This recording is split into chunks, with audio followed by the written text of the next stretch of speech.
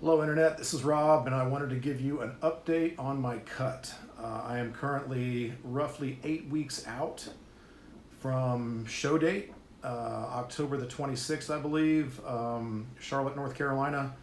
And it's now time to cut, shred, peel off the body fat to reveal, hopefully, all the hard work that we put in throughout the year and get ready for stage. Cutting is always a hot topic.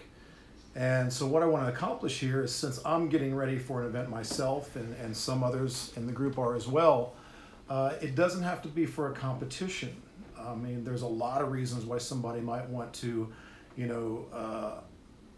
get as lean as humanly possible for a certain event. It could be a high school reunion, your sister's wedding, a beach trip, or just, you've trained for a long time and it's now time to see if you have the discipline and the drive and the desire and are willing to be able to push yourself through a cut to reveal all the hard work.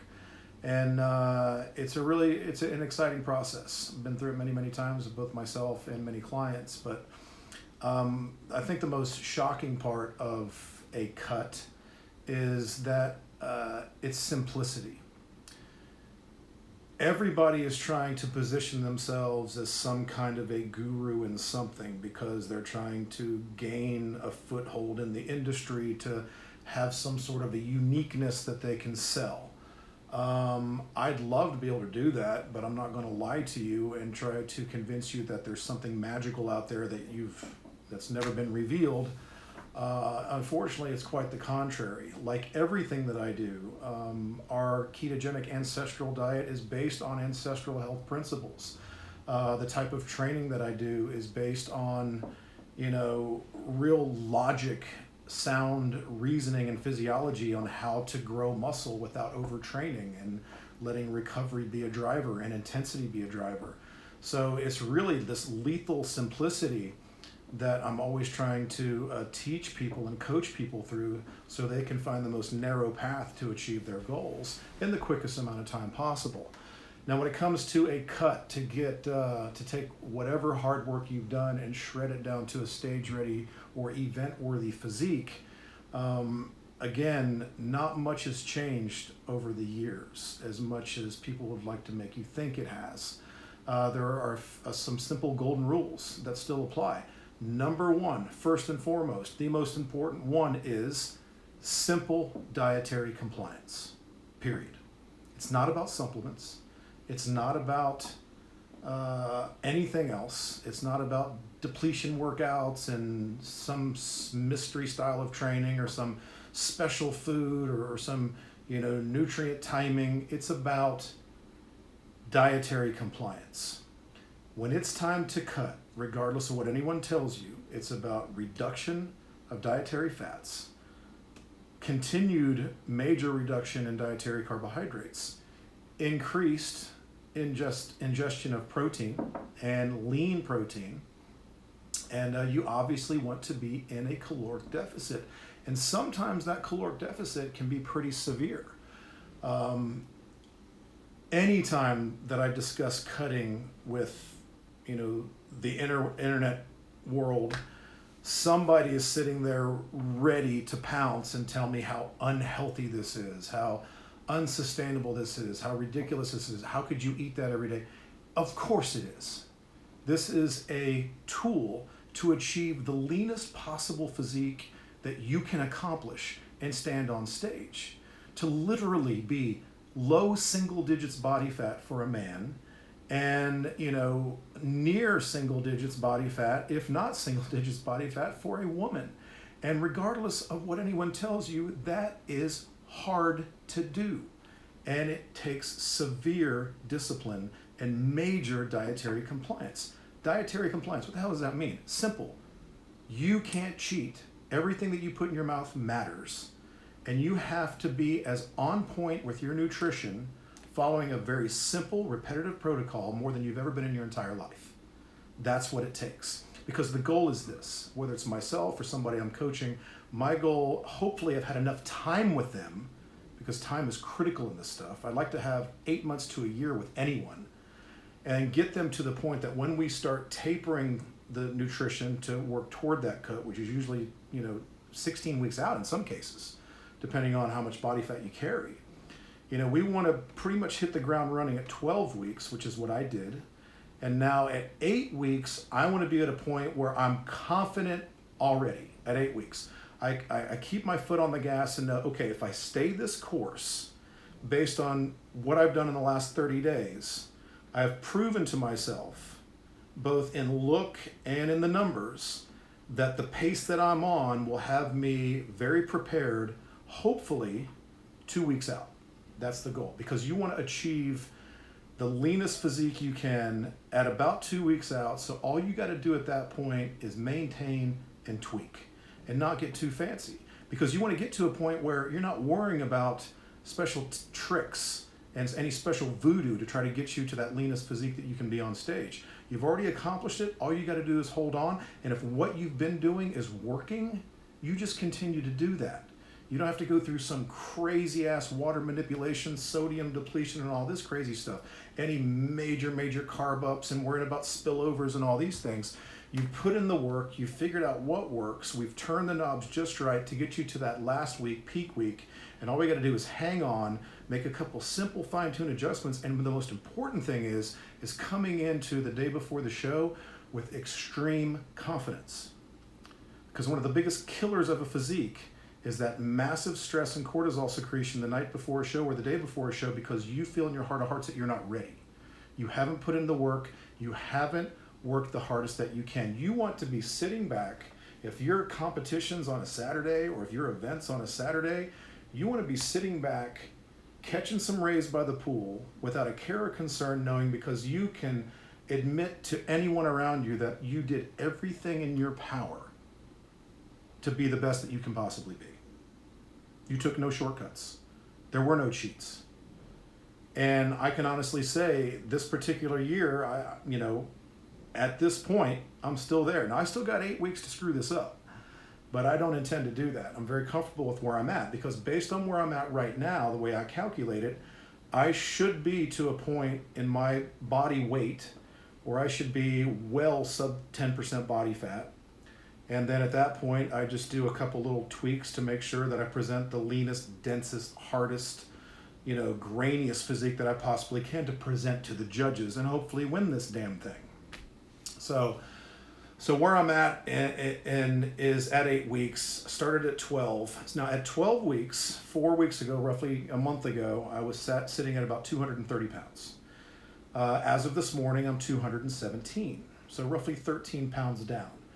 And I'm very happy with the course that I'm on, because if everything comes to fruition, I estimate that I'll be somewhere around 207 pounds on stage, which for where my level of muscularity is, my height, I should present a damn lean, low single digits body fat physique, which, hopefully will present well to the judges. At that point, it's up to them. I'll know I've done everything in my power to be the best that I can possibly be. So what does that look like? Super simple. Don't overthink this. Don't take what I'm saying lightly. This lethal simplicity is what it takes. Dietary compliance. Just diet your ass off harder than you ever have. Now again, I was alluding to this. There's somebody out there wagging their finger that's saying, that's not healthy, that's not good for your hormones. No, it's probably not. That's why we only do it 8 to 12 weeks. This is a tool to take us to competition. Then after that's done, we reintroduce more nutrient-dense foods, more healthy fats, and bring things back together. Replenish, restore, rebuild. Whew. The work is over. Let's reset this thing and move forward. So how does it look in a cut? Well, be prepared to be the strictest you've ever been in your entire life, because that's what it's going to take. So at 12 weeks out, if you're looking at the Cutting 101 document or have access to that or download it later, you're going to notice a very simple list of foods. I keep it as simple as humanly possible. I don't want to overthink it. I don't want to overcomplicate it. Yes, it's repetitive, because repetition is the mother of skill. And I know that if I stay on this course and I find that repetition, if I find that groove, I'm going to cruise into peak week confident in knowing that I've done everything that I can, because there's nothing to overthink. I ate the same 6 or 7 damn foods every 2 to 3 hours, and it worked, and it got me there, and I didn't cheat, and I didn't screw anything up, and I have total supreme confidence, and there's going to be no stress, and I can walk in there saying, hey, I did the absolute best that I possibly can. So looking at the foods, I keep it a simple, short list. I track on my MyFitnessPal app, and if you've used it, you'll notice that there's a list of recent foods, the foods that you've put in the most recently. I just use that list because I'm using the same 6, 7, 8 foods constantly, over and over again, every single day for 12 weeks, literally.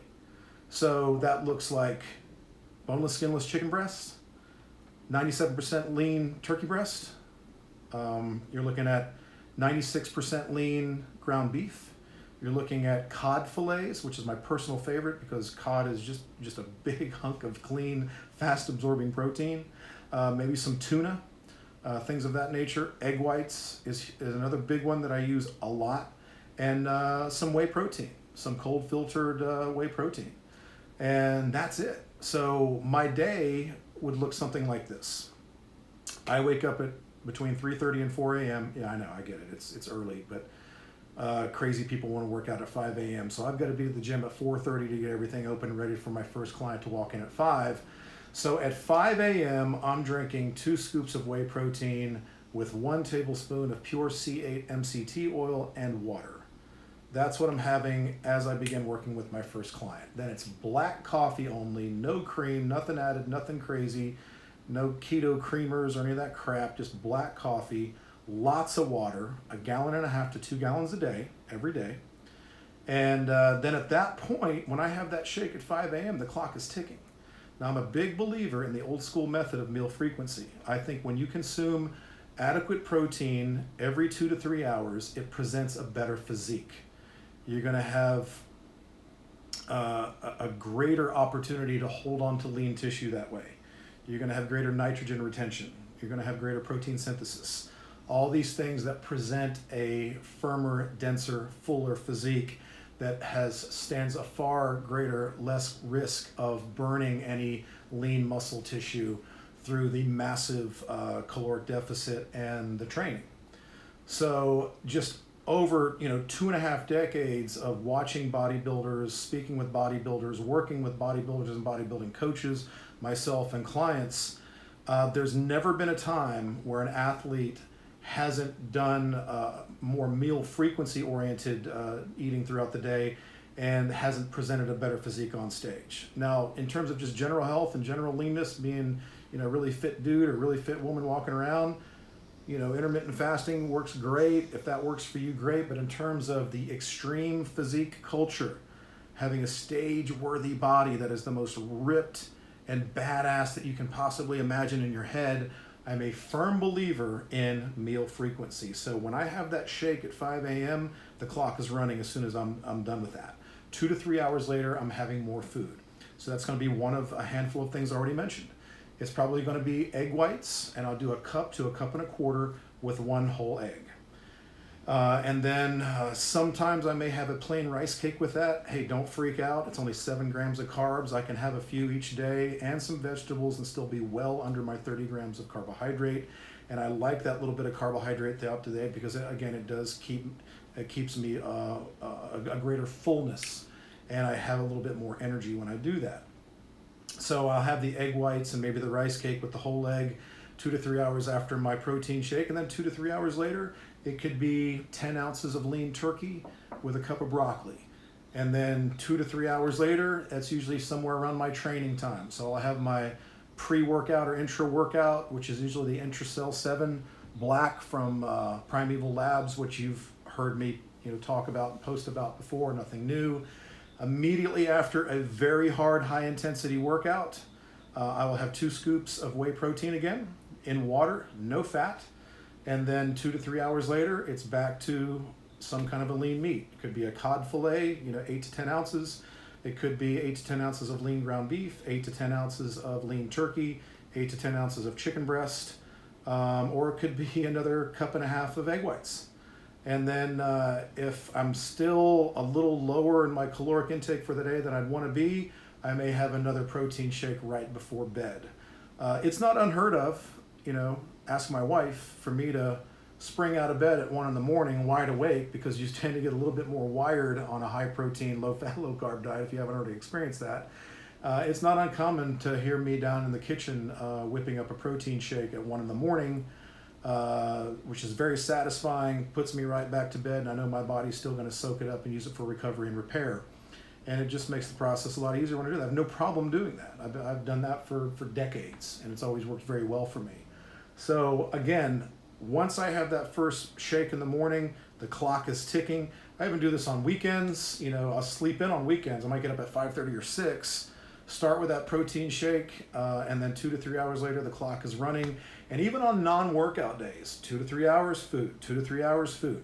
If I'm just completely not hungry, I may skip a meal. Let some fat burn. Take advantage of that with a cardio session, because it's just going to present a leaner physique. And the cool thing is at this stage, I'm literally waking up every single morning and seeing little changes occur. Not drastic. You don't want anything drastic at any point in a cut. You want to see those little consistent changes, and I'm waking up and seeing it every day. A little bit more abdominal exposure, a little bit more vascularity, a little bit more leanness. You can just see the changes start to occur, but I'm keeping and sparing the lean tissue, which is of absolute importance. It's a bodybuilding competition. You want the muscle. So again, simple, repetitive eating. Lean meats, 8 to 10 ounces generally. Maybe it could be 5 to 7, 5 to 9 for a woman or a smaller stature person. You just have to play with it or work with your coach and keep showing that visual evidence that you can share back and forth. But every 2 to 3 hours, eating some lean protein, maybe a little bit of fibrous vegetables. I love broccoli. I like asparagus. Big fan of those two. Maybe some green leafy spinach or something like that. Sometimes no vegetables at all. Sometimes I just like to go meat only, and it works well for me. So that's the way that works. So again, 8 weeks out, very repetitive, lean meats, low carb, low fat, same foods over and over again, strict dietary compliance, keeping my supplement regimen on point, lots of, all my multivitamins, all my antioxidants, all the things I need for good health, magnesium, potassium, vitamin D3, vitamin K, all the things that I recommend you do, lots of omega-3s, 1.5 gallons to 2 gallons of water every single day.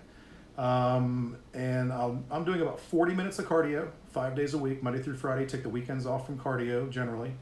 I'm on a 4-day workout split, still keeping it very high intensity and low volume, and putting a huge premium on recovery, which is when all the magic happens. And if you're a client of mine, I've already told you this, I've always preached this to you, I've already annoyed you with this. Sleep is when the magic happens. Recovery is when the magic happens. Sometimes you drive me crazy when I give you a day off and you bitch about it. Take the day, relax, grow, burn. Try to get 7-8 hours sleep a night. That's when the shit fires, man. In the gym and with the food, we're pulling the trigger. When you sleep at night, that's when the bullet fires, and that's when the magic happens. So this is what I'm doing right now, 8 weeks out. Things are going well. I still got 7.5 weeks to screw this whole thing up, but let's hope not. I'm going to check back in with you hopefully this weekend. We'll be 7 weeks out, and we're going to take this all the way down to peak week, and that's when we get into some cool voodoo and really try to dial this thing in to present the best stage-ready physique that we can possibly present. So if you have any questions, message me. I'd be happy to answer. If you're a client, tell me what you need and you have it. And hey, let's enjoy this process, and I will check in with you. And let's see, today's Tuesday. I'll check in with you Saturday or Sunday and let you know how the weekend's going. So until then, train hard, eat some protein. Peace.